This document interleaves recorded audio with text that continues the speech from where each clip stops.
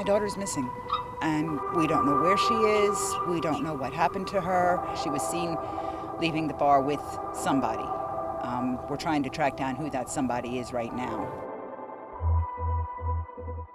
I'm investigative reporter Shannon Butler in Orlando. For more than a decade, I've been covering the case of Tracy Ocasio.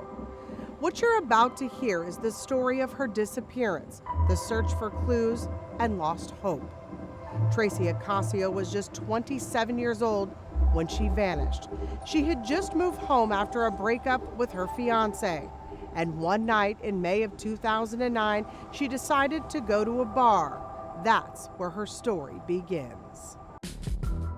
It was May 26, 2009. I was getting tickets for that game. 2 weeks prior, my boss's admin called me and says, Steve wants to come down and travel the market with you. So I had to cancel that. And I told Tracy, it's a long series, we'll go to the next game. The Orlando Magic were in the playoffs. It was a huge night for Magic fans as they beat the Cleveland Cavaliers and were leading the series 3-1. That night, the game was on at this bar on Orlando's west side, and that's where Tracy Ocasio went to watch it. She was pretty excited about the game that night. While Tracy Ocasio was watching the game, her friend Tiffany Hood was singing karaoke on the other side of the bar. And when the game was over, Ocasio walked over with a man. I remember him sitting at our table. I remember Tracy walking up to the table with him. He was just another barfly. Like, we talked at the bar and, it was just casual, I guess, just an acquaintance. She was sitting at the table with us, and they were kind of flirting or whatever, and I did make a comment. She got upset, and she grabbed his hand, and she stormed out. The next morning, Joe Ocasio left for a business trip in South Florida. When Liz Ocasio woke, she realized her daughter had not come home from the night before. She would go out, there's a girl that lived right near the bar that she was at, and she used to stay overnight at her place a lot. And when I called her and she says, no, I didn't see Tracy last night, that's when I started to get a little bit nervous and started calling everybody and everything you can think of. I had to call him up and tell him that she was missing, and I finally said, do you want me to call the cops or not? That day, Ocasio's 2005 yellow Chevy Cobalt was found 15 miles from where she was last seen at this Metro West bar. I called the hospitals, I called the morgue, I called the police, I called everything. And, when I couldn't find her, then when they found her car, they told me about it that night. I called him and said, look, I can't find Tracy, and they found her car and she's not in it. But it was her friend that provided the police and her parents with the first clue. We were there again the next night, a friend of mine and me, and I saw posters taped. It was black and white, and it was taped to the door of the tap room on the inside. And it showed her picture. And I'm like, Tracy's not missing, she's with James. Or Jimmy, I called him Jimmy at the time. And I called the number on the missing posters, and I talked to Emily, the person who had put them up. And I told her she's not missing, she's with Jimmy, she left with him last night. Investigators had gone to the Florida Tap Room bar. When they got there, they found that there was surveillance video. It showed Tracy Ocasio walking out of that bar with some guy about 1:30 in the morning. That was the same guy that Tiffany Hood knew as James, and that's what Hood told Tracy Ocasio's mother. You could see it in her mom's face. Her mom was, I'll never forget her mom's face. Her mom was just, you can tell she knew something wasn't right. I figured she's going to turn up. It's natural. She's going to turn up, people don't just disappear. She's going to turn up. People will say, how is it possible that a person just vanishes? I think that's a very good question. I wish I had a good, solid answer as to how it happened, but unfortunately it did, and I wish I had an answer as to how she's gone. Ocoee Police Detective David Gray is the lead detective on her missing persons case. She was last seen at a bar watching the Magic game in Orlando, and yet her car was found the next morning here in Ocoee at a house that we do not know who they are. They do not know who she is. So we have no idea how her car got there. She's not in her car. So I want my daughter back. That always confused me where her car was found. I understand there, but then I also remember that the seats in her car were pushed all the way forward, indicating somebody had been in the back seat. But where it was found, that doesn't make any sense. Or did it? Her car was found just down the street from James Hadaway's house. Hadaway did talk to police after Ocasio disappeared. After hours of interviews, investigators said he told them she gave him a ride home, and she left. I never bought that story. I never bought that story for a second because her car was found just a couple feet from his house. It makes no sense. Investigators checked Ocasio's phone. It was still in the area where her car was found around 8:30 that morning. They never found her phone, and it never pinged anywhere except the last place was at his house. So the first time it rang. It rang. Yes. And then it didn't ring, went straight to voicemail. So somebody had that phone. According to investigators, on Friday, May 29th, Hadaway was interviewed again. While there, he failed a polygraph. He was there in custody for about 12 hours before he asked for an attorney. But in the meantime, those investigators at least got a search warrant so they could go into the home that he shared with his father. Inside that house, they found James Hadaway's computer. The searches there include something called dark arts, which was like cannibalism and murder. The only thing they didn't find was anything that connected Tracy Ocasio to that home. In fact, dogs that searched for her only could track her to her car. Ocoee police allowed us to take a look at the dozens of tips that came in those early days and months of her disappearance. Those tips leading to searches of wooded areas and lakes all over Ocoee. One of the habits that she has that she would leave the sticker on the boots, and that one had the sticker on that. That's a coincidence, could be coincidence, but her boot, Her size. and everything. Liz Ocasio has always told me that she feels like her daughter could have been dumped in Lake Apopka.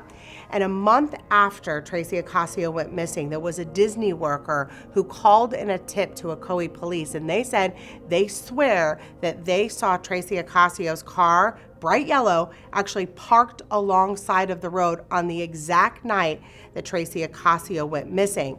Investigators did go out to that lake and they did do lots of searches, but they didn't uncover anything.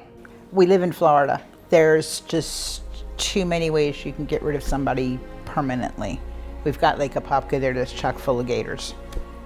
Is there a specific spot that haunts you? I would have to say Lake Apopka, just because just how swampy and how enormous that area is. That's, I think, one area that probably has not been thoroughly thoroughly as they could at the time, conducted searches, but I think that area, just because, like I said, it's so swampy, would be the prime area I wish that we could do a little more in. But how do you search a lake that size, especially 13 years later? I mean, what Right. could you find anything?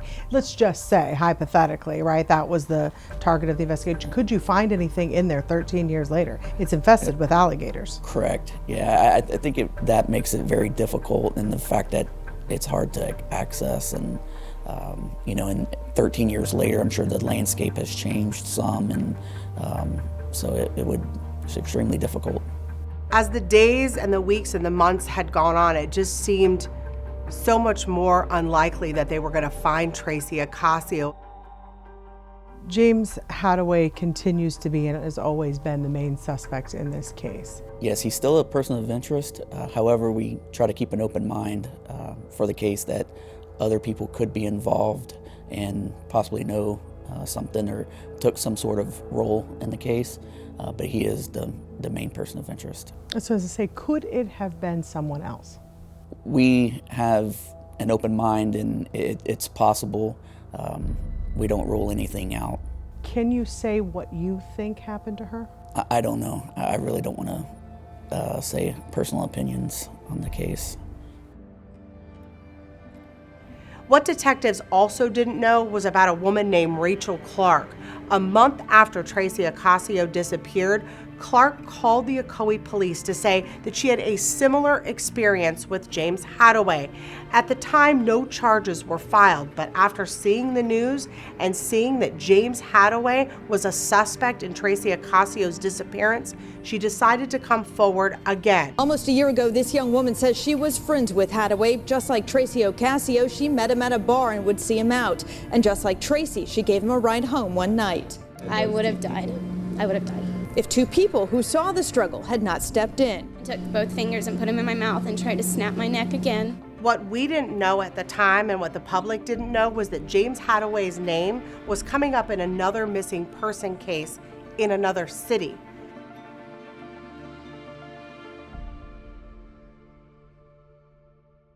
Police detective found what could be new evidence in the disappearance of Chris George. Regardless of where it leads, I'm just glad that they're out there doing the legwork that's required to find out what happened to Chris. Christopher George had disappeared in 2009, and it was long before we knew Tracy Ocasio's name. Apopka detectives searched on land by ATV airboat and with cadaver dogs Monday. They're looking for anything, clothing, clues, leads that would point them to the whereabouts of Chris George. Investigators believe James Hadaway was with Chris George the night he disappeared. He was also with Tracy Ocasio the night she vanished months later. Investigators think that James Hadaway must know something because he was one of the last people to see George alive.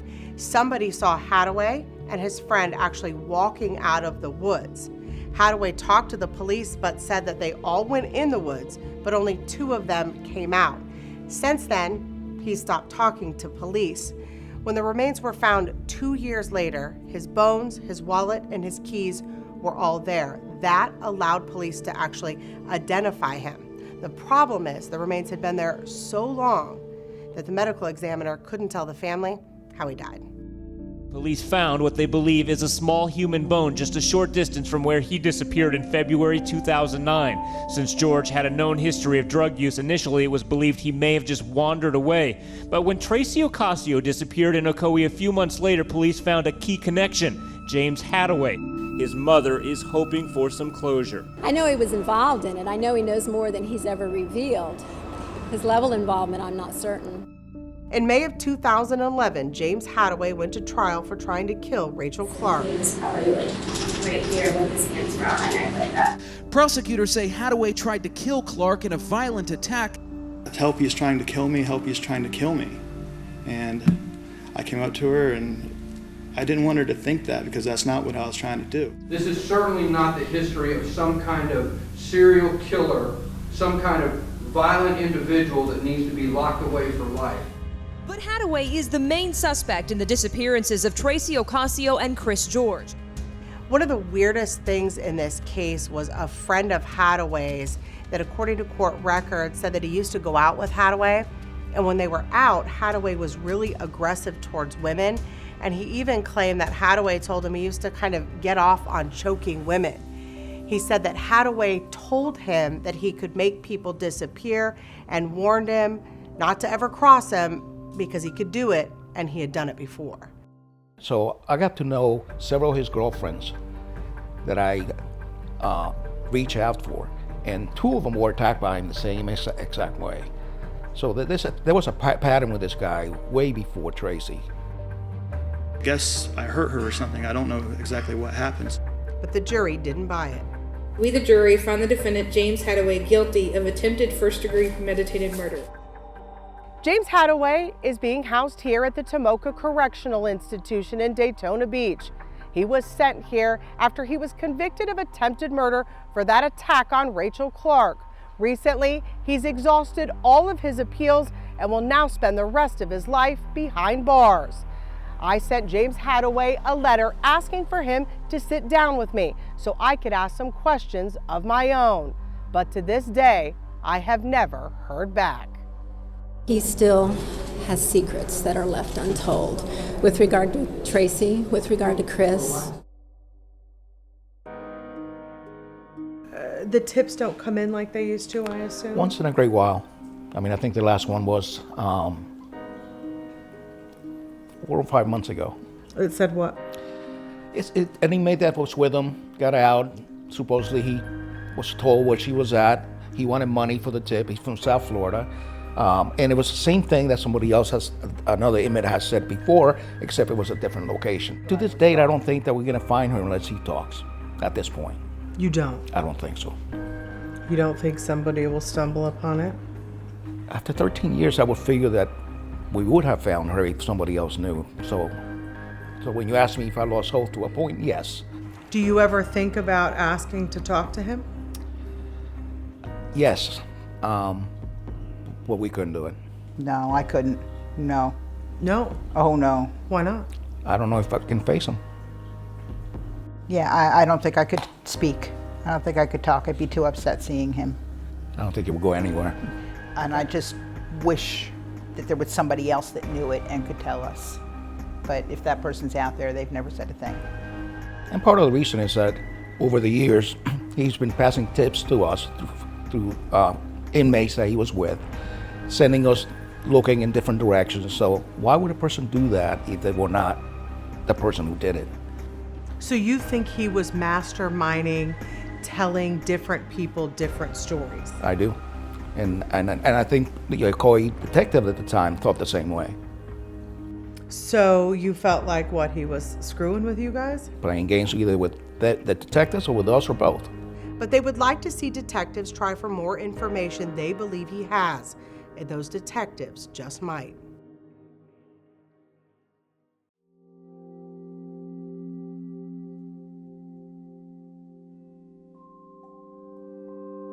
Do you know how long it has been since you've spoken to him?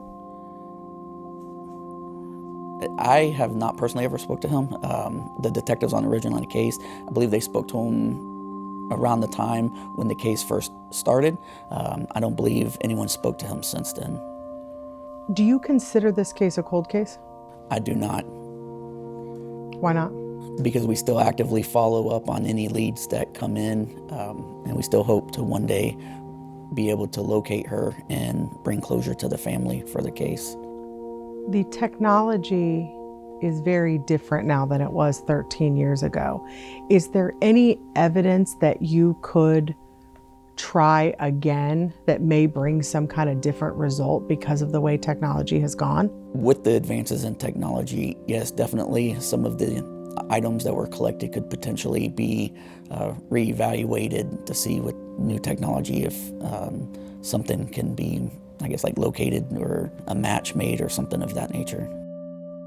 And Ocoee police tell us evidence will be sent to the Florida Department of Law Enforcement for retesting soon, but they won't tell us what samples will be going back. We don't need to even see the sample really to get a DNA result. Touch DNA or things that have been handled and touched by somebody, we can get a DNA profile from that. And that's not a stain that you're necessarily seeing. 30 years ago, we had to have a blood stain that you could see, and it had to have been stored or kept and collected in a good condition for us to even think of getting a partial DNA result, let alone a full one.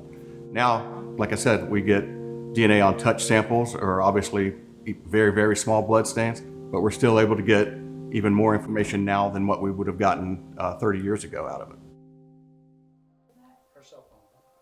What's the last few years been like for you guys? I mean, we know when the activity's around, right? There's cameras, there's searches, there's all this kind of stuff, but it's been so quiet. Is it harder when it's quiet?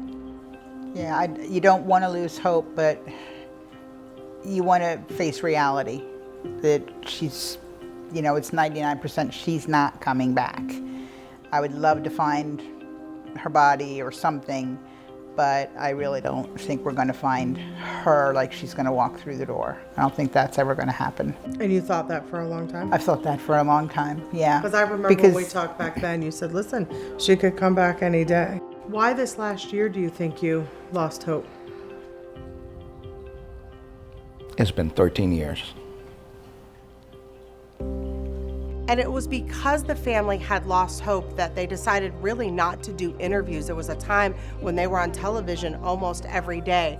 But in May of this year, a girl who had gone missing in 2009 was found. The suspect actually took investigators to the remains of Brittany Drexel. And as the Ocasio family watched this happen, they realized if she could be found, maybe there's also hope for us. My hope is that we can find her and give her a proper burial. I mean, right now, the thing that I hate is that she's discarded like a piece of trash out there. He discarded her that way, and that eats me up. I wish there was a conclusion to this. Any conclusion. I just want to know what happened to her. You don't just fall off the face of the earth. You don't just vanish. People don't disappear. There's a cause. She deserves to go home. Her parents deserve closure. She didn't deserve what happened to her. Joe Ocasio is still a big NBA fan and still has those tickets to the Magic game. He now shares those with his son, Joey Jr. But it was the decision that night on May 26th not to go to the game that will haunt him. This was a perfect example that I was supposed to be with her and I was not. And then I lost her. And that next game never came.